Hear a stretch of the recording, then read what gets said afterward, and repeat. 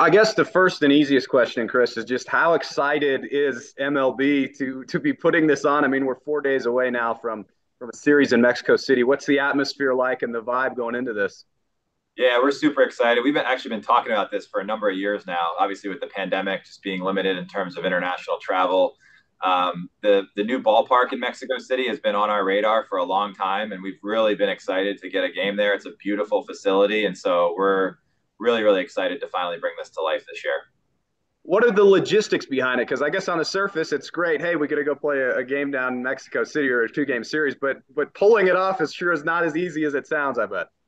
Yeah, I mean, we have logistics no matter where we go. We play games all over the globe, and so there's some of that that's similar no matter where you go. For us, we actually have an office in Mexico City, a Major League Baseball office in Mexico City, so that really helps. I mean, we have people on the ground that are local, have great relationships with the mayor's office and people in Mexico City government. We actually have a great relationship with the president of Mexico, whose son is actually affiliated with the Giants, and we had a meeting with him last August. So in terms of like logistics and planning, Mexico has been at the top of our list in terms of being helpful and really being able to facilitate bringing the event to life. And we feel really good about what we're going to bring to bear over this weekend. In its simplest form, what is MLB trying to accomplish by playing games down there?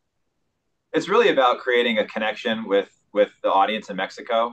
We really think that there's a tight integration between the U.S. and Mexico when it comes to things like time zones, when it comes to things like sports and shared interests. And so we really feel like Mexico, of all the markets out there, Mexico has a special component to it because it's a major market, it's a big country, but it's also in the same time zone and it's connected via border with the United States. And so we feel like there's a connectivity there that we really want to take advantage of. And the best way to do that is by bringing our best content, our live games, regular season games, into that market so they can see for themselves what a Major League Baseball game is like.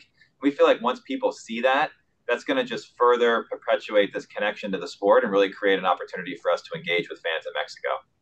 And kind of to that point, what does it mean to share baseball with the world and share baseball with a new culture and new people? Well, it's about communicating the way that we play in the United States and how that might be different or unique from just the Mexican league that they have down in Mexico. We're all about encouraging local leagues. I mean, we couldn't be happier to see success of the professional league in Mexico. We have a close relationship with them, and we think they have their own interesting culture and unique way of watching games. We want to bring our style of play down to Mexico and let them see what that's all about. A lot like what we saw in the World Baseball Classic when we had some of these different cultures coming together in Miami for the finals. We think that by bringing Major League games down there, fans in Mexico are going to get a chance to see what it's like to be a part of Major League Baseball. And once they see it, they're going to want to be even more a part of it.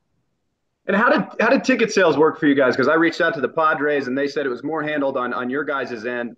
Was there an allotted amount for San Diego and San Francisco? Is it all going to be local Mexico City residents? How did that work out?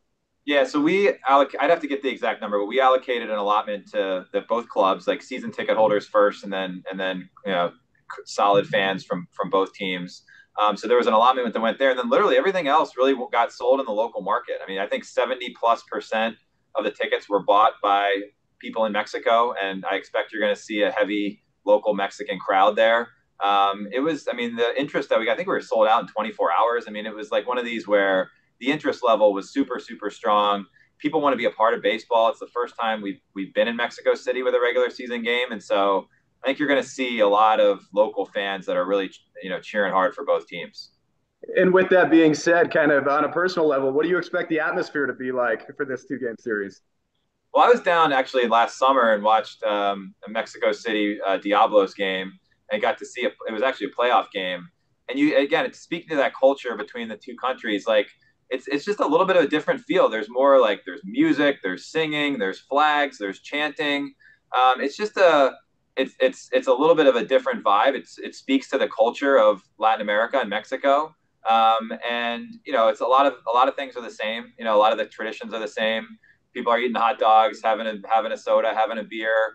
Really spending time with their family and having a great time outside. But you also see some of the cultural traditions and the energy that comes with some of the culture in Latin America and Mexico in particular. And I think you're going to see a little bit of that come to life as well with some of the singing. We have bands that are going to be playing, and so that musical and cultural element I think is going to come to life. And for those that maybe don't know, how did you guys settle or MLB settle on the Padres and the Giants to play in this series? We basically went out and spoke to a number of our clubs and asked who had interest in sort of connecting with that audience. And there was more interest than availability. One of the things that we thought was really popular or really promising about those two teams was one, San Diego is so proximate to Mexico just in terms of their geography.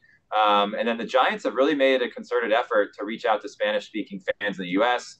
and fans in Mexico, and we felt like they were a great candidate to pair up against the Padres for the first round.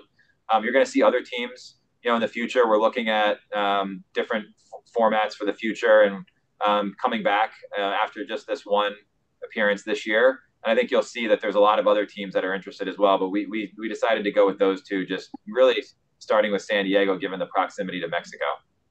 And kind of with that proximity being so close, what could a series like this do for a team like the Padres and helping grow that fan base? It's all about building the brand, and it's about bringing those players to life in the market.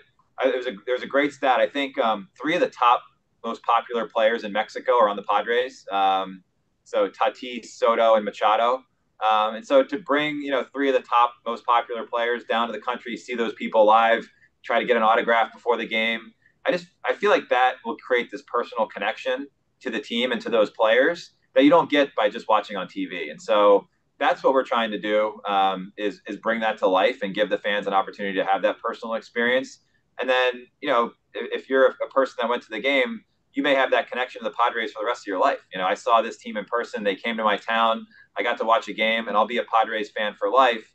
That's the type of fandom that we're looking to build with this type of game out of this special experience.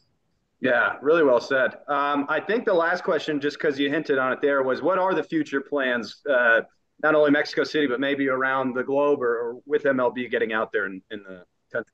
We have a game later this year in June in London, which we did one time prior to the pandemic, and we're planning to come back. It'll be the Cubs and the Cardinals later this year. And then we're really trying to put our plans together for next year. We'd like to come back to Mexico at some point soon, if next year or if not next year, sometime soon. We'd like to get back to London and Europe, and we'd like to get over to Asia. Those are really our three priority geographies: Mexico and Latin America, UK and Europe, and then Asia. And ideally, we'd like to do something in all three places each year to show that we can bring live Major League Baseball games to those individual markets. So that's the rough plan, but I would say by later this summer, we'll have a firmer sense of what we're looking like for next year and the next couple of years. And then we'll be announcing those, one by one as we're able to. Awesome. I really, really appreciate the time. Is there anything I left out that I didn't ask you about that you guys wanted to add or touch on before I let you go? No, look, the only other thing I would say, we talked a lot about Mexico, which obviously is really important, but I think there's a synergy there with the number of Hispanic and Spanish-speaking people in the United States. And so there is a sort of a dual strategy here of not only connecting with people in Mexico and their culture, but then also using that as a way to connect with people back in the United States. I mean, it's such a growing segment of the population, Spanish-speaking Hispanic segment in the United States. We think that's a real opportunity for baseball, just given the number of Hispanic and Spanish-speaking players that we have on Major League rosters. And we really feel like not only is this event helpful for us in Mexico, but it's helpful for us in the United States. And when you add those two together, it's a really powerful combination.